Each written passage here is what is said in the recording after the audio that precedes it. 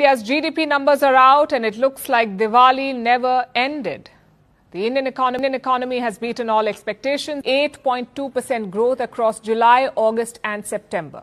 India powering past global trade uncertainties, surprising markets with an 8.2%. 8.2% GDP growth in quarter two. Not a statistic, a slap to every... पूरी दुनिया की जो बड़ी बड़ी अर्थव्यवस्थाएं हैं, चाहे वो यूरोप हो, चीन हो या अमेरिका, सब मंदी और महंगाई से जूझ रही हैं। और इसी माहौल में एक खबर आती है जो सच कहूं तो सबको चौंका देती है। भारत ने 2023-24 में 8.2% की जीडीपी विकास दर हासिल की है। ये नंबर सुनने में तो बहुत अच्छा लगता है, लेकिन साथ ही एक सवाल भी खड़ा करता है। अगर देश इतनी तेजी से बढ़ रहा है तो आम इंसान की जिंदगी में महंगाई और नौकरी की चिंता क्यों है? और यही आज की हमारी चर्चा का सबसे दिलचस्प पहलू है। ये जो 8.2% का आंकड़ा है ना, ये एक पहेली की तरह है। एक तरफ भारत की एक चमकती हुई तस्वीर और दूसरी तरफ वो हकीकत जिसे करोड़ों लोग हर रोज महसूस करते हैं। ऐसा लगता है मतलब जैसे दो अलग अलग भारत एक साथ चल रहे हो। बिल्कुल। तो आज का हमारा मिशन इसी पहेली को सुलझाना है। हमारे पास एक बहुत ही गहरा लेख है जिसका शीर्षक है दुनिया हैरान, भारत की तेज आर्थिक विकास दर। तो इसी के आधार पर हम ये समझने की कोशिश करेंगे कि ये दो भारत वाली कहानी आखिर है क्या, ये 8.2% की ग्रोथ आई कहां से, और सबसे जरूरी सवाल, क्या इस ग्रोथ का पुल उस भारत तक पहुंच रहा है जो आज भी संघर्ष कर रहा है? देखिए, ये 8.2% का आंकड़ा सिर्फ एक नंबर नहीं है, इसे एक मजबूत सिग्नल की तरह देखना चाहिए। स्रोत के मुताबिक यह एक संकेत है कि भारत वैश्विक आर्थिक सुस्ती को सिर्फ चुनौती ही नहीं दे रहा, बल्कि दुनिया के लिए एक उम्मीद की किरण बनकर उभर रहा है।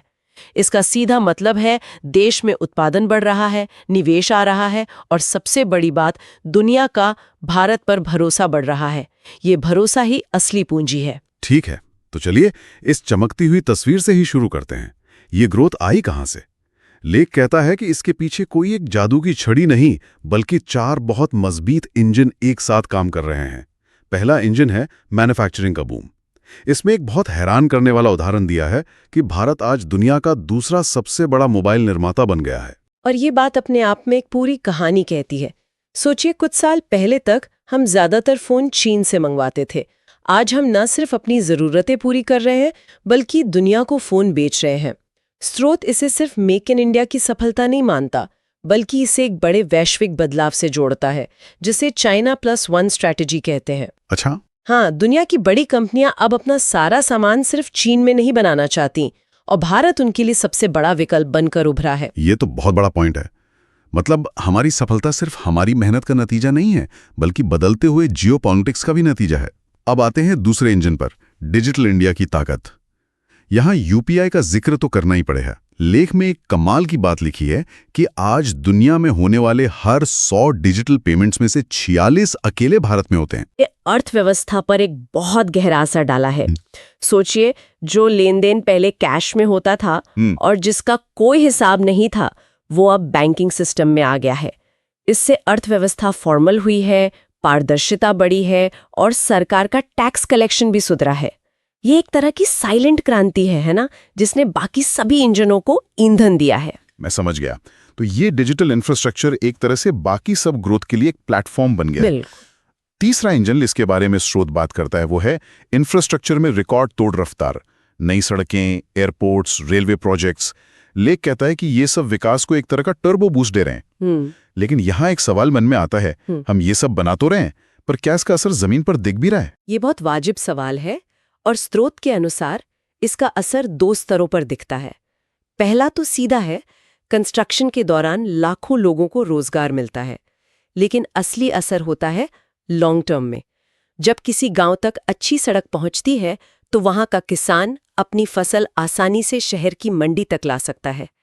जब लॉजिस्टिक्स की लागत घटती है, तो भारत में बना सामान दुनिया में सस्ता और ज्यादा प्रतिस्पर्धी हो जाता है। तो ये सिर्फ सीमेंट और स्टील का निर्माण नहीं है, ये व्यापार के लिए एक नया इकोसिस्टम तैयार करना है। सही है। और चौथा इंजन, जो शायद सबसे ज्यादा चर्चित है, हमारा आईटी और सर्विस सेक्टर। लेख कहता है कि भारत की युवा आबादी आज दुनिया भर में सॉफ्टवेयर और टेक्नोलॉजी की रीढ़ बन चुकी है। लेकिन मैं यहां थोड़ा और गहराई में जाना चाहूंगा। क्या ये इंजन हमेशा इतना ही मजबूत रहेगा, खासकर जब हम एआई जैसी टेक्नोलॉजी को आते हुए देख रहे हैं? क्या स्रोत इस रिस्क पर कोई बात करता है? स्रोत सीधे तौर पर एआई के खतरे का विश्लेषण नहीं करता, लेकिन वो जिस बात पर जोर देता है वो है हमारी युवा आबादी की अडेप्टेबिलिटी, मतलब नई चीजें सीखने की क्षमता। आज दुनिया की बड़ी बड़ी कंपनियां अपने सबसे मुश्किल काम के लिए भारतीय टैलेंट पर निर्भर हैं, जिसे ग्लोबल कैपेबिलिटी सेंटर्स या जीसीसीज कहते हैं। ये सिर्फ सस्ते काम की बात नहीं है, ये हाई स्किल इनोवेशन की बात है।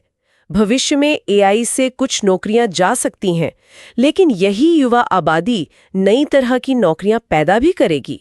ये हमारी सबसे बड़ी ताकत है। तो ये 4 इंजन मिलकर एक बहुत ही शक्तिशाली तस्वीर बनाते हैं, और जाहिर है इस तस्वीर को देखकर विदेशी निवेशक भी आकर्षित हो रहे हैं। स्रोत कहता है कि भारत एक इन्वेस्टमेंट मैग्नेट बन गया है। इसके पीछे वो 5 कारण बताता है। और ये कारण समझना बहुत जरूरी है, क्योंकि विदेशी निवेश के बिना इतनी तेज ग्रोथ मुमकिन नहीं है। पहला कारण है राजनीतिक स्थिरता। निवेशक ऐसी जगह पैसा लगाना चाहते हैं जहां नीतियां रातों रात ना बदलें। दूसरा, भारत का विशाल उपभोक्ता बाजार। यहां कुछ भी बनाओ, खरीदने वाले करोड़ों लोग पहले से मौजूद हैं। तीसरा, हमारी युवा जनसंख्या, जिसे डेमोग्राफिक डिविडेंड कहते हैं। जब दुनिया बूढ़ी हो रही है, भारत जवान है। यहां मैं 1 मिनट के लिए रुकना चाहूंगा। स्रोत में एक और कारण बताया गया है, लगातार हो रहे आर्थिक सुधार। इसमें ईज ऑफ डूइंग बिजनेस की बात की गई है।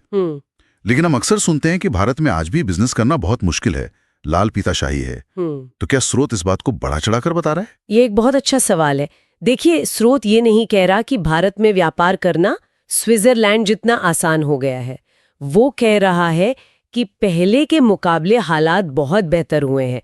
जीएसटी जैसा एक टैक्स सिस्टम आया है, कई प्रक्रियाएं ऑनलाइन हो गई हैं। अच्छा, तो तुलना अतीत से है। एक निवेशक के लिए दिशा ज्यादा मायने रखती है। अगर उन्हें लगता है कि देश सही दिशा में जा रहा है और सुधारों की प्रक्रिया जारी है, तो वो जोखिम उठाने को तैयार रहते हैं। और पांचवा कारण? पांचवा कारण इसी से जुड़ा है, टेक्नोलॉजी को तेजी से अपनाने की हमारी क्षमता, जिसका सबसे बड़ा उदाहरण यूपीआई है। ये पांचों चीजें मिलकर भारत को एक आकर्षक डेस्टिनेशन बनाती हैं। ठीक है, तो हमने ग्रोथ की ये शानदार कहानी समझ ली। 4 मजबूत इंजन हैं जिन्हें विदेशी निवेश का पेट्रोल मिल रहा है। ये सुनने में इतना अच्छा लगता है कि सच नहीं लगता। और यहीं पर बात और भी दिलचस्प हो जाती है, क्योंकि स्रोत हमें याद दिलाता है कि कहानी का एक दूसरा पहलू भी है, कुछ गहरे अंधेरे हिस्से भी हैं। और एक संतुलित चर्चा के लिए इन चुनौतियों को समझना शायद ग्रोथ के कारणों को समझने से भी ज्यादा जरूरी है, क्योंकि असली परीक्षा यहीं होती है। विकास की चमक में इन मुद्दों को नजरअंदाज करना बहुत आसान है, लेकिन यही वो मुद्दे हैं जो तय करेंगे कि ये ग्रोथ लंबे समय तक टिकेगी या नहीं। सही कहा। लेख में साफ तौर पर कुछ बड़ी चुनौतियों का जिक्र है। पहली और सबसे बड़ी चुनौती महंगाई। विकास दर 8% हो या 10%, अगर आम आदमी की रसोई का बजट बिगड़ रहा है तो उसके लिए ये आंकड़े बेमानी हैं। बिल्कुल, खासकर खाने पीने की चीजों की महंगाई तो सीधे सीधे घर के बजट पर हमला करती है। स्रोत कहता है कि ये एक ऐसी पहेली है जिसे सरकार को जल्द से जल्द सुलझाना होगा, वरना विकास का एहसास लोगों तक नहीं पहुंचेगा। दूसरी चुनौती इससे ही जुड़ी हुई है, नौजवानों का नौकरी के लिए संघर्ष। विकास तो हो रहा है, लेकिन क्या उस रफ्तार से अच्छी क्वालिटी वाली नौकरियां भी बन रही हैं? लेख इस पर एक बड़ा सवालिया निशान लगाता है। यहाँ नौकरियों की गुणवत्ता का सवाल बहुत अहम है। सिर्फ रोजगार मिलना काफी नहीं है। रोजगार ऐसा होना चाहिए जिससे अच्छी आय हो, भविष्य की सुरक्षा हो।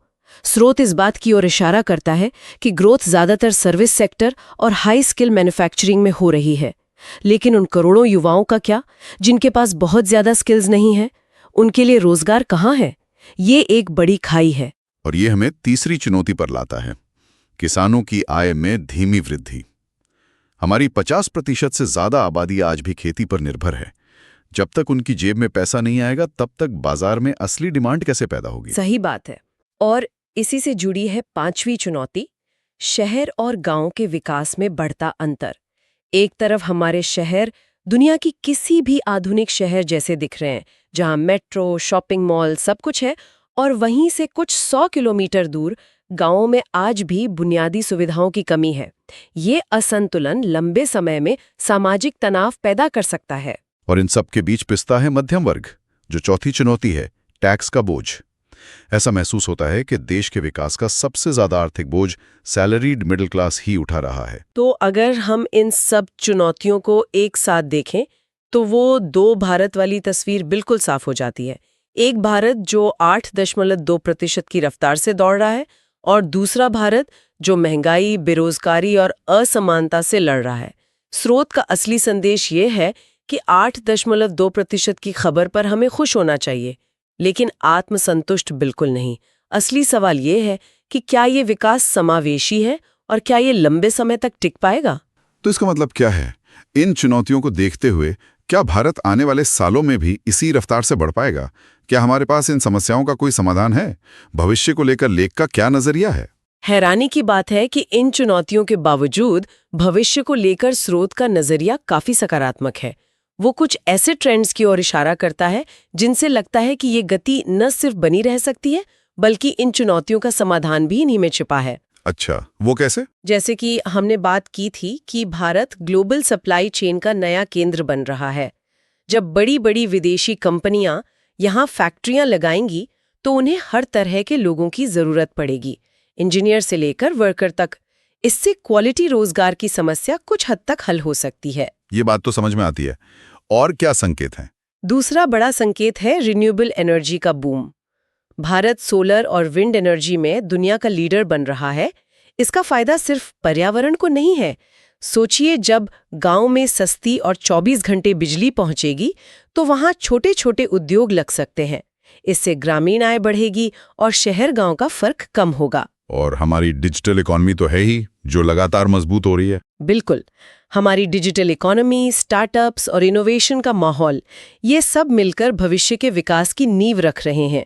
स्रोत एक बहुत बड़ा लक्ष्य सामने रखता है। अगर ये गति बनी रही तो भारत 2030 से पहले $5 ट्रिलियन की अर्थव्यवस्था बन सकता है। $5 ट्रिलियन?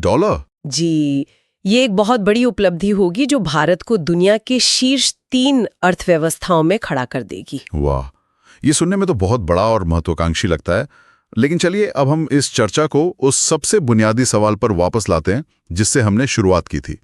इस 8.2% की ग्रोथ से, इस $5 ट्रिलियन के लक्ष्य से एक आम इंसान की जिंदगी पर क्या और कैसे फर्क पड़ेगा? आखिरकार लोगों के लिए तो यही मायने रखता है। ये सबसे जरूरी सवाल है। स्रोत के अनुसार इस विकास का असर कई स्तरों पर दिखेगा, लेकिन इसमें समय लगेगा। सबसे पहला और सीधा असर रोजगार पर होगा। जब अर्थव्यवस्था बड़ी होती है, कंपनियां बढ़ती हैं, तो उन्हें ज्यादा लोगों की जरूरत होती है। इससे न सिर्फ नई नौकरियां पैदा होंगी, बल्कि मौजूदा कर्मचारियों की सैलरी भी बढ़ेगी, क्योंकि कंपनियों के बीच अच्छे टैलेंट को लेकर कंपटीशन होगा। लेकिन क्या ये रोजगार फिर से सिर्फ बड़े शहरों तक ही सीमित नहीं रह जाएगा? शायद नहीं। स्रोत का मानना है कि इसका एक बड़ा फायदा ये होगा कि छोटे शहरों और कस्बों में नए अवसर पैदा होंगे। जैसा हमने इंफ्रास्ट्रक्चर की बात की, जब कनेक्टिविटी बेहतर होती है तो कंपनियां सिर्फ मुंबई दिल्ली में ऑफिस खोलने के बजाय जयपुर, इंदौर या कोयम्बटूर जैसे शहरों में भी जाती हैं। सही है। इससे वहां के युवाओं को अपने घर के पास ही काम मिल सकेगा और बड़े शहरों पर दबाव भी कम होगा। ये एक बहुत बड़ा बदलाव हो सकता है। किसानों और छोटे व्यापारियों के लिए इसमें क्या है? उम्मीद ये है कि जब लोगों की आय बढ़ेगी तो वो ज्यादा खर्च करेंगे। वो बेहतर क्वालिटी के फल, सब्जियां, दूध खरीदेंगे, जिससे किसानों को अच्छी कीमत मिलेगी। साथ ही बेहतर सप्लाई चेन से बिचौलिए कम होंगे और फायदा सीधा किसान तक पहुंचेगा। छोटे व्यवसायों का भी यही हिसाब है। जब बड़ी अर्थव्यवस्था में डिमांड बढ़ती है तो छोटे सप्लायर से लेकर मोहल्ले के दुकानदार तक सबका काम बढ़ता है। तो कुल मिलाकर तस्वीर उम्मीद जगाने वाली है, लेकिन एक शर्त के साथ कि इसमें सब्र रखना होगा। हाँ, और यहीं पर स्रोत एक बहुत ही जरूरी और खूबसूरत लाइन कहता है, गति धीरे है पर दिशा बिल्कुल सही है। इसका मतलब ये है कि बदलाव एक रात में नहीं होगा। ये एक धीमी प्रक्रिया है। हो सकता है आज किसी को अपनी जिंदगी में बहुत बड़ा फर्क महसूस ना हो रहा हो, लेकिन अगर देश सही दिशा में बढ़ता रहा तो आने वाले 5-10 सालों में ये बदलाव जमीन पर साफ दिखेगा। बहुत खूब। तो अगर हम पूरी चर्चा का सार निकालें तो ये 8.2% की ग्रोथ सिर्फ एक आर्थिक आंकड़ा नहीं है, ये एक संदेश है। जैसा कि लेख में कहा गया है कि भारत रुकने वाला नहीं, ये उस चमकते भारत की कहानी है जिसने दुनिया को हैरान कर दिया है। लेकिन हमने ये भी देखा कि एक संघर्ष करते भारत की कहानी भी उतनी ही सच है, और असली चुनौती इन दोनों भारत के बीच एक मजबूत पुल बनाने की है। जैसा कि स्रोत अपनी आखिरी लाइन में कहता है, ये तो बस शुरुआत है। बिल्कुल, ये एक नए अध्याय की शुरुआत है। और यहीं पर मैं अपने श्रोताओं के लिए एक विचार छोड़ना चाहूंगी। स्रोत कहता है, असली भारत अभी आना बाकी है। तो मेरा सवाल ये है, अगर विकास की ये गति बनी रहती है तो ये असली भारत कैसा दिखेगा? और इस विकास के लाभ को समाज के हर एक व्यक्ति तक, आखिरी इंसान तक समान रूप से पहुंचाने की सबसे बड़ी व्यावहारिक चुनौती क्या होगी? ये सिर्फ एक आर्थिक सवाल नहीं है, ये एक